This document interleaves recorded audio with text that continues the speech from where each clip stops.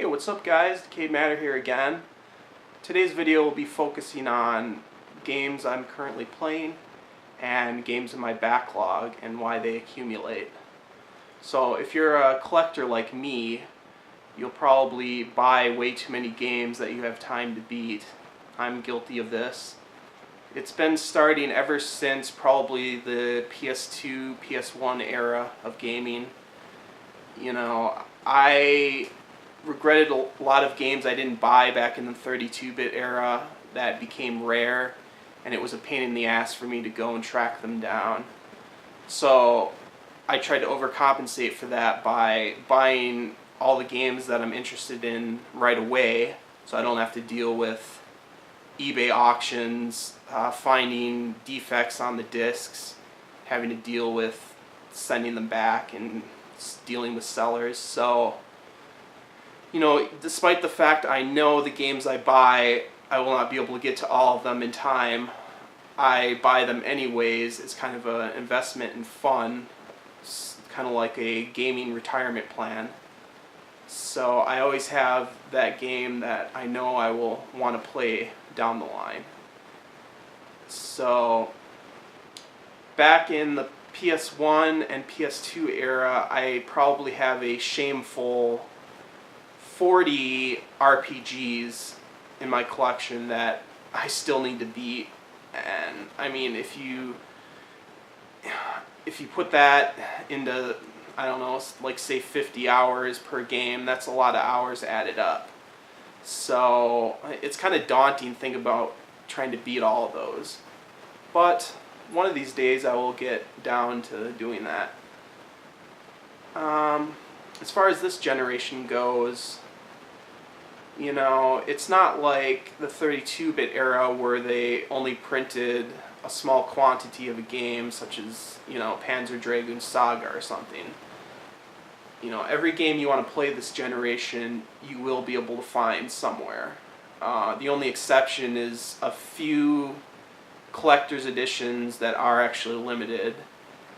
I mean, most collector's editions you still find on Amazon now, brand new, you know, for less than the normal edition costs. So you really have to be picky sometimes about collector's editions, and I've been trying to limit myself as well. But, you know, it's pretty hard to do when you're a fan of the series and you see, you know, all the extras. So, yeah, I mean, for this generation, I've been trying to beat games such as, well, recently with the 13.2, Final Fantasy 13.2 demo came out. That motivated me to finally finish Final Fantasy 13. That happened a couple days ago. And then I've been trying to beat the Assassin's Creed Brotherhood. I've beaten 1 and 2.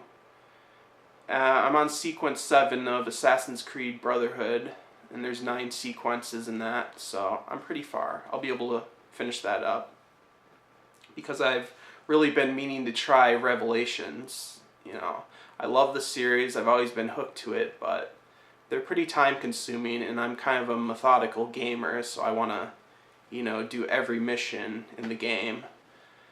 Other than that, I mean, I've been trying to replay the Command & Conquer series, specifically like Command & Conquer 3, Red Alert 3.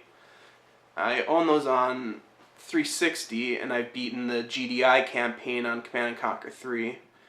But I recently repurchased all of them on PC versions, and that's definitely a better experience just because RTS games are more fit for a mouse and keyboard. So I've been trying to replay through Command & Conquer 3. I just beat the GDI campaign in that, and I'm working through the NOD campaign.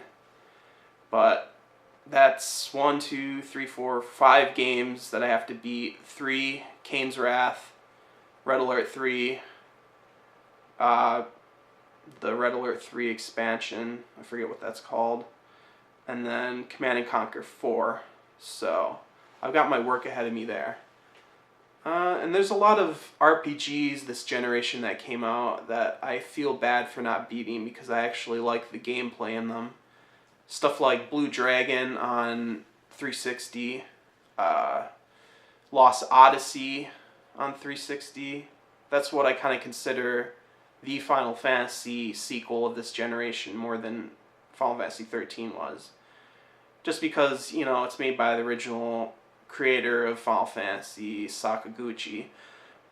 And it just has a more classic feel with, you know, 5 party members, turn-based battles, a world map, you know, an airship type vehicle. I'm on disc 2 of Lost Odyssey. I'm on disc 2 of Blue Dragon as well. So I really want to finish those up. I mean, games like Tales of Vesperia, I own that, the special edition. And that's really a great traditional RPG for this generation, yet I barely played it just due to the fact that games come out so fast. When I find interest in one game, the next month there's 4 more games that come out, and I have that urge, you know, to buy them right away, so they're in my collection. But I really don't have time for all of them. So, other than that, I mean, there's the Mass Effect series, which I bought 1 and 2 for, and I've only played a little ways into 1. And, you know, I love science fiction, space exploration type things, so it's obviously something that appeals to me, yet I just don't have time to play it. And another reason that happens is probably because I have my favorites, and I tend to replay those favorites over and over. And I tend to lean towards, you know, shorter games like shooters, action games such as that. Just because I don't really like to sit and play games for long periods of time every day. I usually play 2 hours a day, if I play at all a day. So I am starting to favor shorter games, even though you get more value out of longer games.